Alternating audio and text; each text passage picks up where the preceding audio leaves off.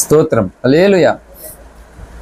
దేవుని పరిశుద్ధ వాక్య భాగంలో నుండి యెషయా గ్రంథము 40వ అధ్యాయము 8వ వచనాన్ని చదువుకుని కొద్ది నిమిషాలు దేవుని యొక్క వాక్యాన్ని ధ్యానం చేసుకుందాం. గడ్డి ఎండిపోవును, దాని పువ్వు వాడిపోవును, మన దేవుని వాక్యము నిత్యము నిలుచును. ఈ పరిశుద్ధ వాక్య భాగం దేవుడు మన వెనుకడిలో ఆశీర్వదించును గాక. ఆమేన్. చిన్న మాట ప్రార్థన చేసుకుందాం. స్తోత్రం నాయన, ప్రేమ కలిగిన తండ్రి, మీకు వందనాలు. ఇంతవరకు నాయన 2 ఆరాధనలో మీరు వాడుకుని బలపరిచి నడిపించారయ్యా, వందనాలు. ఈ 3వ ఆరాధన యానమును బట్టి మీకు స్తోత్రాలు. చదవబడినటువంటి నీ వాక్కు ద్వారా అయ్యా నాయన నీ దాసుడును బలపరిచి అభిషేకించి చేరి ఉన్న సంఘముతో సమాజంతో ప్రభువా మీరు మాట్లాడండి. ప్రతి అపవాది కార్యములు లయపరిచి మీ నామునికి మహిమ తెచ్చుకోమని యేసయ్య నామమున ప్రార్థించి వేడుకుంటున్నాం తండ్రి. ఆమేన్. ఆమేన్. హల్లెలూయా. దేవుని పరిశుద్ధ నామానికి మహిమ కలుగును గాక. ప్రభుని ఆరాధించడానికి వచ్చినటువంటి మీ అందరికీ, లైవ్లో ఉన్న వారికి యేసయ్య నామములో శుభవందనాలు. మంచిది. చాలా క్లుప్తమైనటువంటి వాక్య సందేశము. గడ్డి ఎండిపోవును, దాని పువ్వు వాడిపోవును, దేవుని వాక్యము నిత్యము నిలుచును. ఇది చదవబడినటువంటి వాక్యము. అయితే కొన్నిసార్లు ఆ కంపేరింగ్, పోల్చుకోవడం, ఒకదాని నుండి ఒకటి పోల్చుకునేటువంటి ప్రక్రియ గురించి ఆలోచిస్తే నాకు చదివినటువంటి ఈ వాక్యంలో ఒక సందేహం ఉంది. అంటే దేవుడు తన వాక్యని దేంతో పోల్చుకున్నాడు చూడు. అర్థమవుతుందా మీకు? గడ్డితో పోల్చుకున్నాడు దేవుడు. అంటే బంగారం కంటే దేవుని వాక్యము విలువైంది, శ్రేష్టమైనది, స్థిరమైనది.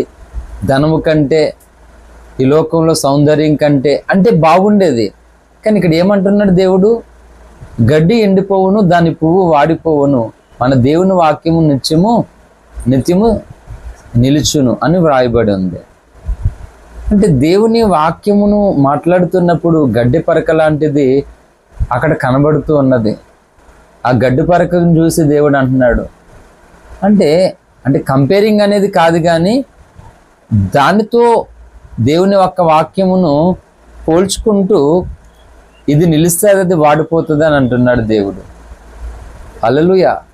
ఆ మూలవాక్యం చదివేసరికి డౌట్స్ వచ్చేవారు. నాకు ఎప్పుడు రాని డౌట్ ఇప్పుడు వచ్చింది. ఇంతకాలం దాని మీద మన ఆలోచన వెళ్ళలేదు ఎప్పుడు కూడా. ఫస్ట్ టైం అక్కడి నుంచి డౌట్ వచ్చింది ఇప్పుడు. హల్లెలూయా. అయితే మనం తెలుసు, మనం నడుస్తున్నటువంటి దారిలో మొలుస్తున్నటువంటి గడ్డి ఆటోమేటిక్గా మనం నడుస్తుంటే అది దారి అయిపోతుంది, ఆ గడ్డి చచ్చిపోతుంది. దానికి ఉన్నటువంటి పువ్వులు ఏదైతే ఉంటాయో ఆ పువ్వులన్నీ కూడా వాడిపోతూ ఉంటాయి. కానీ దేవుని వాక్యమే నిలుచును అని వాక్యం రాయబడి ఉంది. ఈ యొక్క పోలిక ఎందుకు దేవుడు అక్కడ చెప్పాడు? గడ్డి అనేటువంటి ఒక గడ్డి పరకను తీసుకుని వచ్చి ఒక ఉన్నతమైన శ్రేష్టమైనటువంటి వాక్యము దగ్గర దాన్ని గూర్చి ఎందుకు ప్రస్తావిస్తున్నాడు దేవుడు అని ఆలోచన కనుక చేస్తే అక్కడ వ్రాయబడినటువంటి సంగతి ఏమనగా అంటే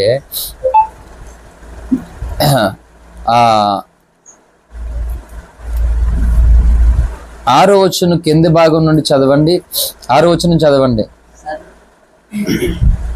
ఆలకించుడి, ప్రకటించుమని ఒకడు ఆజ్ఞ ఇచ్చుచున్నాడు, నేనేమి ప్రకటింతునని మరి ఒకడు అడుగుచున్నాడు. సర్వ శరీరులు గడ్డియే ఉన్నారు, వారి అందమంతి అడవి పువ్వులే ఉన్నది. హల్లెలూయా. ఇది అసలైనటువంటి సంగతి అండి. గడ్డి ఎండిపోవును, పువ్వు రాలిపోవును, మన దేవుని వాక్యము నిలుచును అని అక్కడ అలా ఉన్నందుకు నాకు బాధ అనిపిస్తుంది మనసులో.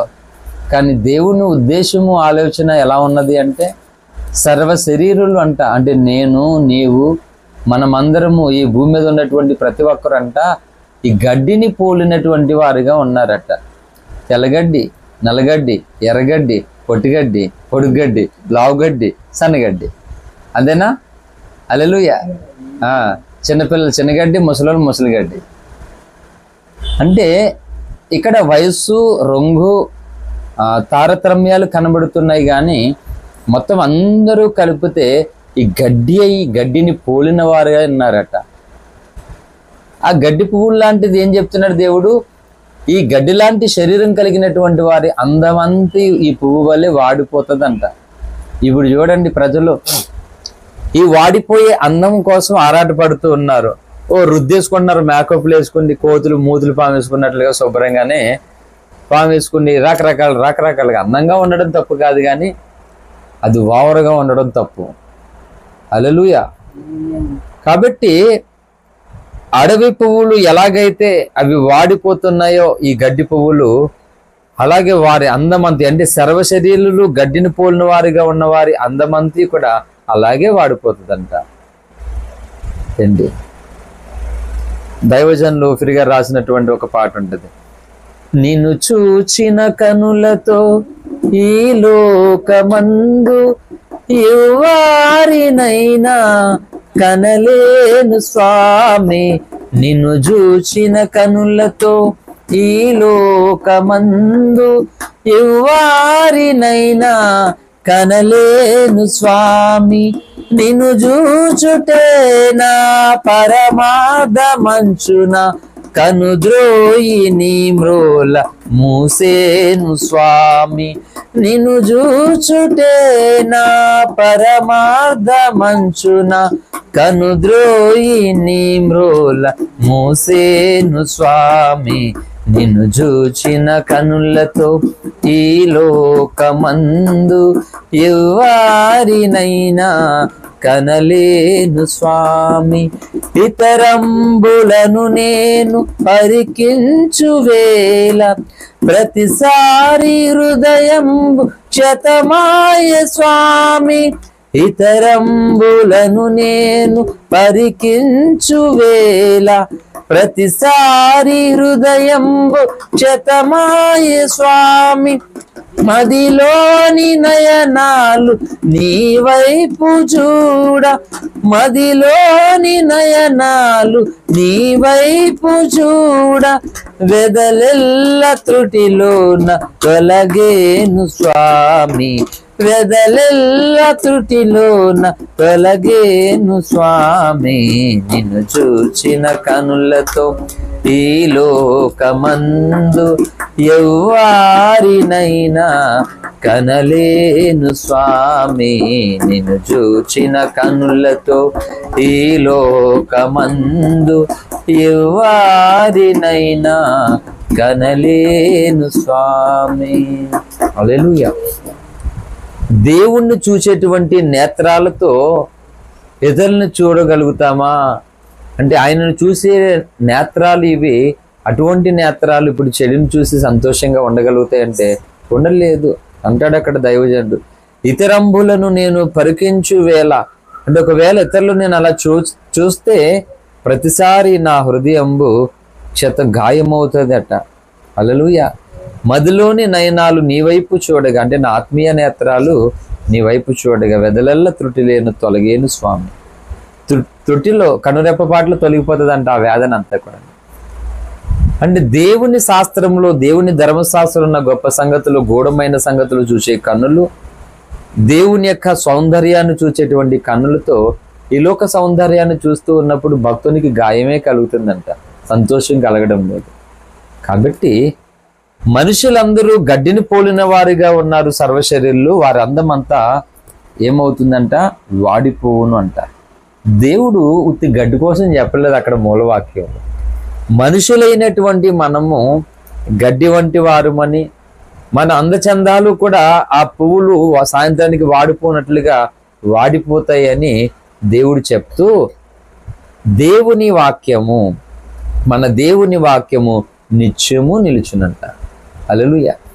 అందుకే మానవ వయసు ఎవరికి స్టాండర్డ్ కాదు, ఏ లిమిట్ లేదు. మానవుని జీవితము బాల్యంలో ఉన్నటువంటి ఆ క్యూట్నెస్ ఎదిగే కొలదికి ఉండదు. యవనంలో ఉన్నటువంటి ఆ స్ట్రెంగ్త్ వృద్ధాప్యంలో ఉండదు. జుట్టు రాలుతుంది, ముఖంలో ముడతలాడితే రకరకాలుగా. అంటే యవనం అనేది కరిగిపోతూ ఉంది, అందం అనేది వాడిపోతూ ఉన్నది మాట. ఒక్కొక్క సంవత్సరం జరుగుతుండగా కొంచెం తరిగిపోతూ వస్తున్నాం మనం. అయితే దేవుని వాక్యము నిన్న నేడు నిరంతరము దేవుడు ఏకరీతిగా ఉన్నట్లుగా ఆయన వాక్యము ఎల్లప్పుడూ నిలుచును, ఎల్లప్పుడూ స్థిరముగా నిలుచునంట. ఈ భూమి కంటికి కనిపించే ఈ భూమి ఆకాశాలైనా గతిస్తాయి, కానీ దేవుని వాక్కు మాత్రము, దేవుని మాట మాత్రము ఎప్పుడు కూడా నెరవేరక మానదు అంట. అయితే మనుషులైనటువంటి మనము ఎలా ఈయనను ప్రేమించి, ఎలా ఈయనను ఆరాధించి, ఎలా వెంబడించాలి అంటే ఆలోచన చేసుకోవాలి. ఎలా అంటే, ఓహో, నేను ఏ రోజుకైనా వాడిపోవలసినటువంటి వ్యక్తినా? అంటే వాడిపోవలసినటువంటి వ్యక్తినైనటువంటి నేను దీనికి ఇంత ప్రాధాన్యతనిస్తున్నాను. వాడబారినటువంటి ఆ వాక్కు స్థిరమైనటువంటి దాని కొరకు నేను ఇంకెంత ప్రాధాన్యతనివ్వాలి, ఇంకెంత ఇంపార్టెంట్ ఇవ్వాలి, ఇంకెంత ప్రాముఖ్యతని కలిగి చేయాలని మనం కంపేర్ చేసుకోవాలి. ఇప్పుడు మనం పరిశీలన చేసుకోవాలి మాట. అంటే మన అందము వాడిపోయే పువ్వట, మన శరీరము గడ్డిలాగా మాడిపోతుందట. కాబట్టి ఇటువంటి స్థితితో ఉన్నటువంటి మనము ఆయన ఎదుట ఎలాగ మనం ముందుకు సాగగలం? అంటే స్థిరమైనటువంటి దానికి సమయం ఇవ్వడం లేదు, స్థిరమైనటువంటి దాని కొరకు ఎక్కువ ఆశపడడం లేదు, అస్థిరమైనటువంటి దానికి, వ్యర్థమైనటువంటి దానికి ఎక్కువ ఆశపడుతున్నాం. ప్రస్తుత సమాజంలో ఇప్పుడు యథార్థంగా ఈ సెల్ ఫోన్తో గడిపేటువంటి సమయము చాలా చాలా ఎక్కువ మంది జీవితాలలోనూ. సో దాని ఎఫెక్ట్ ఏమవుతుందంటే ఈ పరిశుద్ధ గ్రంథముతోటి గడపడానికి సమయం ఉండడం లేదు. కారణం ఏంటంటే ఆ ప్లేస్లోకి ఇది వచ్చేసింది యథార్థంగా. హల్లెలూయా. అంటే దీంతో గడిపేటువంటి సమయాన్ని మనం పోల్చుకుంటే మరి దివ్య పరిశుద్ధమైనటువంటి గ్రంథంతో ఎంతసేపు గడపాలి అంటే ఆలోచన చేసుకోవాలి. అంటే పగిలిపోతే పోయింది ఇది, మళ్ళీ అయ్యో బాబో అనుకుంటే తిప్పలు పడి దీనికోసం ఆరాటపడాలి. మనం పడిపోతుంటే లేపేదాన్ని మనం ఎంత ప్రేమించాలండి. హల్లెలూయా. ఇది పడిపోతే గుండె జారిపోతుంది, ఎందుకంటే మళ్ళీ తిప్పలు పడి దాన్ని రిపేర్ చేసుకోవాలి. ప్రస్తుతం వాడడానికి అవసరం కాబట్టి దాన్ని ఏదో బ్రతికించుకోవాలి. కానీ ఈ గ్రంథం మనల్ని బ్రతికించడానికి దేవుడు ఇచ్చాడు, కానీ అక్కడ మనసు ఉండడం లేదు, దాని కొరకు ఆశపడట్లేదు, దాని కొరకు బాధ లేదు, ఇబ్బంది లేదు. 10,000 ఎట్టుకోండి, 20,000 ఎట్టుకుని, 30,000 ఎట్టుకుని ఈరోజు సెల్ ఫోన్లు కొనుక్కుంటున్నాం అన్నాం. కానీ 200 ఎట్టుకుని బైబిల్ కొనుక్కోలేనటువంటి పరిస్థితుల్లో క్రైస్తవులు ఉన్నారంటే ఏమనుకోవాలి? అంటే చాలా బాధ కదా నిజంగా. నేను చెప్తున్నాను, ఈ పంచభూతాలు లయమైపోతున్నా కానీ లయము కానిది, వాడపోనిది, స్థిరమైనది, శ్రేష్టమైనటువంటి దేవుని యొక్క వాక్యము కొరకు మనం ఎంత ఖర్చు పెట్టినా తక్కువే, ఎంత సమయం ఇచ్చినా తక్కువే, ఎంత ఆశపడినా తక్కువే. హల్లెలూయా. దేవుడి జస్ట్ వస్తున్నప్పుడు దారిలో దీని మీదకి నా దృష్టి తీసుకుని వెళ్ళాడు. అక్కడ గడ్డి ఇది ఉంది. ఎప్పుడు డౌట్ రాలేదు నాకు. చదువుకుంటే వెళ్ళిపోయాను 22 సార్లు, అది దాటేసాను. ఇప్పుడు 22 సార్లు అది దాటేసాను నేను. ఎప్పుడు డౌట్ రాలేదు అక్కడ. ఇప్పుడు ఆ వాక్యం మీద దేవుడు నా మనసు పెట్టినప్పుడు, బండి మీద వస్తున్నప్పుడు గడ్డి వాక్యం నేను ఎలా చెప్పాలి ఇప్పుడు అక్కడికి వెళ్ళి అని నేను కన్ఫ్యూజన్లో ఉన్నాను నేను. కానీ దేవుడు ఏదైనా పంపిస్తే ఖచ్చితంగా దానికి ఒక న్యాయము చేయగలిగినటువంటి వాడు దేవుడు. చెప్పమని ఆయన చూపించాడంటే చెప్పడానికి ఆ సామర్థ్యం, కృపను కూడా దేవుడు ఇస్తాడని ఆశతో, ప్రేమతో ధైర్యంగా నిలబడ్డాను. నాకేమీ తెలియదు, ఆయన ఉన్నాడని తెలుసు, ఆయన మాట్లాడని తెలుసు, ఆయనకి అప్పగించుకుంటే ఏమైనా చేస్తాడని తెలుసు. కనుక ఆ ధైర్యంతో వచ్చేసాను అంతే. కానీ ఈ గడ్డి ఇది చూసేసరికి నాకు కొంచెం టెన్షన్ పట్టుకుంది. ఇదేంటి గడ్డి ఇది ఎలాగంటే వచ్చిన డౌట్ ఇప్పుడే, క్లారిఫై అయింది కూడా ఇప్పుడే. ఇచ్చేత మాట ఇది. అలా అప్పుడప్పుడు కొన్ని జరుగుతుంటాయి. ఇప్పుడే వచ్చింది ఆ డౌట్, ఇప్పుడే క్లారిఫై కూడా అయ్యింది. హల్లెలూయా. అంటే అంత శ్రేష్టమైనటువంటి దేవుని యొక్క వాక్యంతో ఈ గడ్డిని పోల్చుకుని పోలికేంటి అసలు లేదు. అంటే ఈ భూమి మీద అన్నిటికంటే విలువైనటువంటి వాడు మనుషుడే, కానీ దేవుడు ముందు మనుషుడు విలువైన వాడు కాడు. కానీ ఈ లోకంలో అన్నిటికంటే విలువైన వాడు మనుషుడు. అన్ని జీవరాశుల్లో భగవద్గీతలో కూడా 84 లక్షల జీవరాశులు ఎన్నో చెప్పారు. సరే, ఎన్నైతేనే అన్ని జీవరాశుల్లో మనుషుడు శ్రేష్ఠుడు అన్నారు. కానీ ఆ శ్రేష్ఠుడైనటువంటి మనిషి దేవునితో ఇప్పుడు పోల్చుకోవడానికి పూనుకుంటే గడ్డి లాంటి వాడు అట, వాడిపోయేవాడు, మాడిపోయేవాడు. అటువంటి మనిషిలైనటువంటి మనము నిత్యము నిలిచేటువంటి దేవుని యొక్క వాక్యం దగ్గరకు పిలిచాడు దేవుడు మనల్ని. హల్లెలూయా. అందుకే భక్తుడు అంటాడు కదా, వాడిపోక ముందు నన్ను వాడుకో, పొద్దు వాలిపోక ముందు నన్ను వాడుకో, వాడుకో యేసయ్యా వాడుకో. కాబట్టి ఇంత క్లియర్గా బైబిల్ చెప్తుంది, అందము వ్యర్థము, సౌందర్యం మోసకరము, ఇదంతా వాడిపోతుంది మాడిపోతుంది అని. అయినా సరే నిత్యము నిలిచే దాని కొరకు ఆరాటపడట్లేదు మనుషులు, స్థిరమైనటువంటి దాని కొరకు ప్రయాసపడడం లేదు. ఈ స్థిరము కాని దాని కొరకే ఎంతో ప్రయాసం, ఎంతో ఆరాట, ఇబ్బంది పడుతున్నాం. హల్లెలూయా. కాబట్టి మన జీవితాల్లో మనం సరైనటువంటి భావజాలాన్ని కలిగి సరైనటువంటి నిర్ణయాలు తీసుకోవాలి దేవునితో. దేవుడు ప్రమేయం లేకుండా, దేవుని ఆలోచన లేకుండా మనం తీసుకునేటువంటి నిర్ణయాలు, మన ఉద్దేశాలు మనకి చాలా ఘోరమైనటువంటి నష్టాలను కలుగజేస్తాయి. అందుకే దేవుని పిల్లలైనటువంటి మనము ఆయన ఆలోచన చొప్పున, అందుకే బైబిల్ మొదటి కీర్తన మొదటి వచనంలో దుష్టుల ఆలోచన చొప్పున నడవక అని చెప్పింది మాట. అంటే దుష్టుల ఆలోచనలు ఎలా ఉంటాయి అంటే దేవునికి వేరుగా ఉంటాయి. దేవుడి ఆలోచన ఎలా ఉంటుందంటే లోకానికి వేరుగా ఉంటుంది. హల్లెలూయా. కనుక దేవుడు ఆలోచన చెప్పినటువంటి నడిచే వాళ్ళు అంత తొందరగా అందరికీ ఇష్టం ఉండరు, అర్థం కారు, నచ్చరు. కానీ ఆయనకి నచ్చుతారు. భూమి మీద ఎవరు నీకు ఇష్టలంటే కేవలం భక్తులే అని చెప్పింది బైబిల్. అందుకంటే ఏం కావాలి అంటే దేవునికి ఇష్టలు అవ్వడం కొరకు మనం ప్రయాసపడాలి మేను. హల్లెలూయా. ఒకటి జిప్పు లేని ప్యాంట్ వేసుకొస్తేనే ఇక్కడ మంచిదని చెప్పారట, అది జిప్పు లేని ప్యాంట్ వేసుకెళ్తాడు. ఒక జుట్టు ఆలు వేసుకుని వస్తేనే ఇక్కడ రాణిస్తారన్నారట, జుట్టు ఆలు వేసుకుని వెళ్తున్నారు. అంటే అక్కడ వాళ్ళకి నచ్చడానికి, అక్కడ వాళ్ళ ఇష్టాలు నెరవేర్చడం కొరకు వాళ్ళు ఏ డ్రెస్సులు వేసుకోమంటే ఎలా ఉండమంటే అలా ఉంటున్నారు. కానీ యేసయ్య మనల్ని ఎలా ఉండమన్నాడంటే, నేను పరిశుద్ధుడిని, మీరు అలా ఉండమన్నాడు. యేసయ్య చెడిపోమని చెప్పలేదు ఎవరిని ఈ లోకంలోనూ. అంటే ఆయన ఎంత మన యొక్క వాల్యూస్ని కాపాడుతున్నాడో దేవుడు.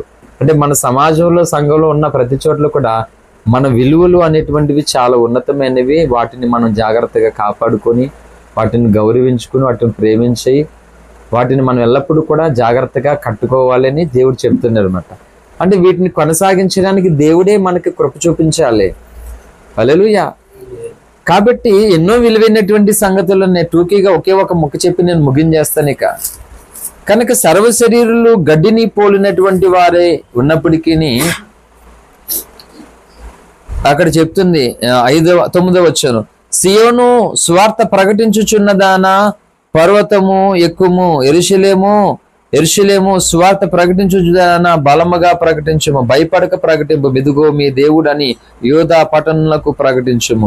ఇదిగో తన బాహువే తన పక్షమున వీలుచుండగా, ప్రభువగు యెహోవా తానే శక్తి సంపన్నుడే వచ్చును. ఆయన ఇచ్చు బహుమానము ఆయన యొద్దనున్నది, ఆయన చెయ్యి ప్రతీకారము ఆయన ముందుగా నడుచుచున్నది అన్నాడు. హల్లెలూయా. 7లో, యెహోవా తన శ్వాసము దాని మీద ఊదగా గడ్డి ఎండును, పువ్వు వాడును. ఎండి ఆ గడ్డి కోసం, పువ్వు కోసం, వాక్యం కోసం చెప్తూ ఏమన్నాడో స్వార్థ ప్రకటించమన్నాడు. అంటే దాని అర్థం ఏంటంటే సింపుల్గా, ఈ సర్వశరీరులు గడ్డిని పోలుగా ఉన్నారు, వారి అంతం ఇలా ఉంటది, వారు ఇలాగ మాడిపోతారు, ఇలా వాడిపోతారు. అంటే ఏదో రోజు నువ్వు నేను వాడిపోతావు. వాడిపోక ముందు నువ్వేం చేయాలంటే, ఇగో సియోను స్వార్థను ప్రకటించే వ్యక్తిగా తయారవ్వాలి, దేవుని పనిలో పాత్రగా, సాధనంగా తయారవ్వాలని చెప్తుంది.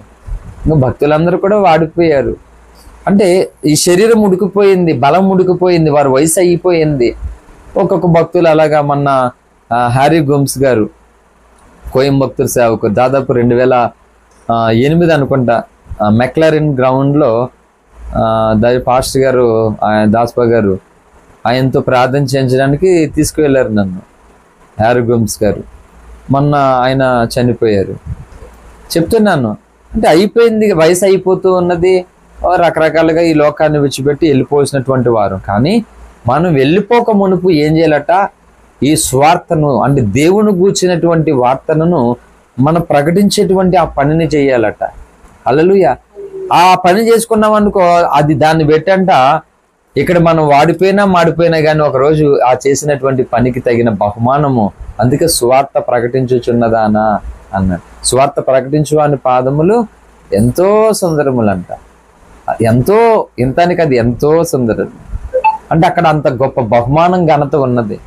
కాబట్టి ఇక్కడ ప్రకటించినా వాడిపోతాం, ప్రకటించకపోయినా వాడిపోతాం. ఓకే, ప్రకటించకుండా వాడిపోవడం వల్ల ఏమన్నా బహుమానం ఉందా? మనకి ఏమన్నా ఘనత ఉందా? ఏమన్నా దీవెన ఉందా? ఏమీ లేదు. అది ప్రకటించి వాడిపోతే వాడిపోయినా బహుమానం ఉంది అక్కడ. అంటే ఇలా వాడిపోయినా కానీ ఒక బహుమానం ఉన్నది బెటర్ కదా మనకి. ఉత్తిని వాడిపోవడం కంటే అలా వాడిపోవడం మంచిది. ఆంధ్ర ఏంటి, తెలంగాణ సాయిలన్న ఏమంటారా పాట,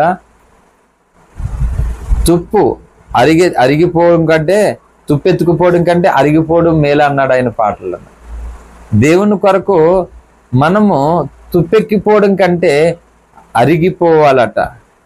అలాగా గడ్డి ఎండును పువ్వు రాలును కాబట్టి అది వాడిపోతుంది. కాబట్టి వీళ్ళందరూ మనుషులు కాబట్టి ఇక మన అందచందాలు ఏది కూడా ఉండదు, అన్నీ వాడి మాడిపోవలసినవే.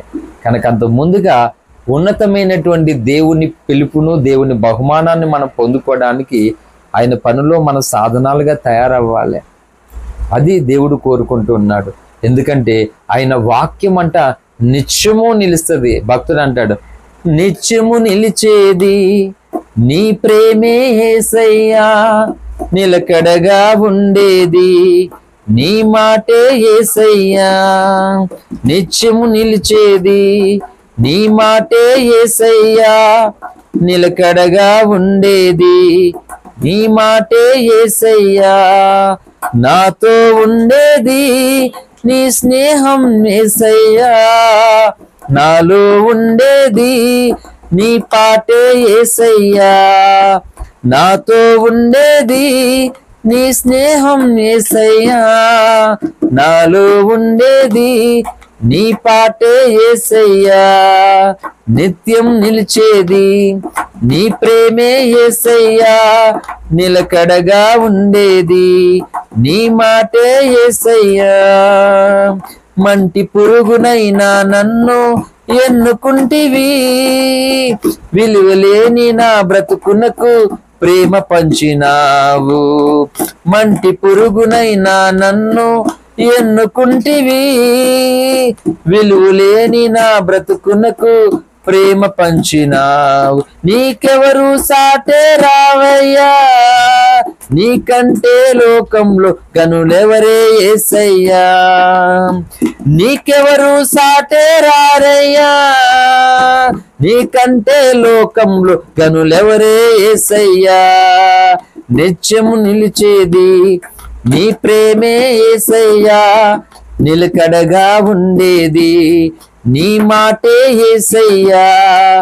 నాతో ఉండేది నీ స్నేహం యేసయ్యా, నాలో ఉండేది నీ పాటే యేసయ్యా.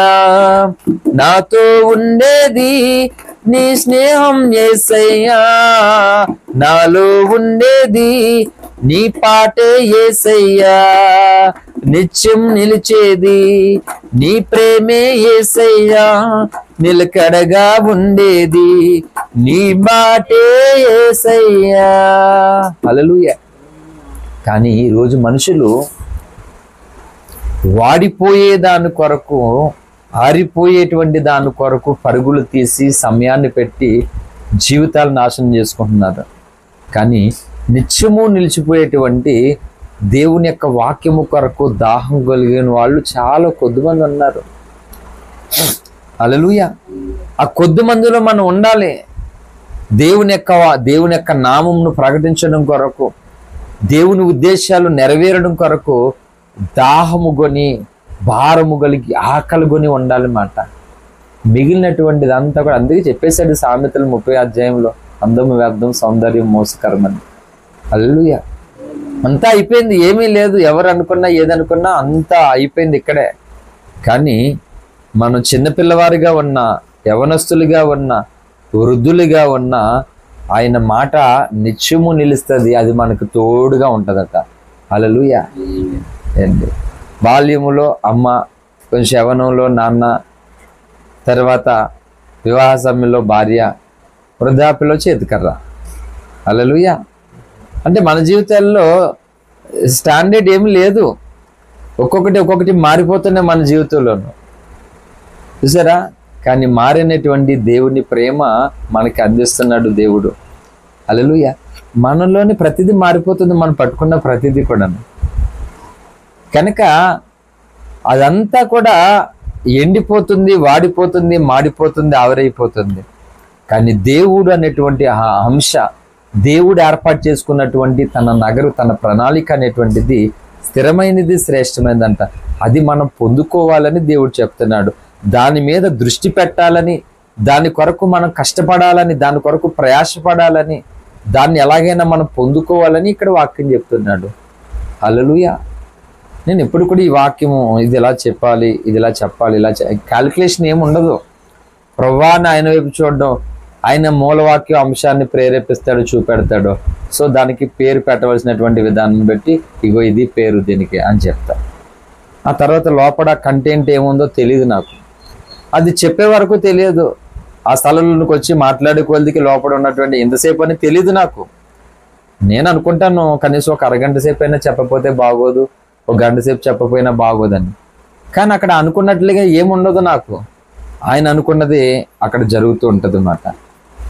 నిజమే, ఇలా వాక్యం చెప్పడం చాలా కష్టం. అందులోనే ఏంటంటే నాకు ఇలాగ దేవుడి కృప ఇవ్వకపోతే నేను వాక్యం చెప్పలేను. హల్లెలూయా. నా వల్ల కాదు అసలు.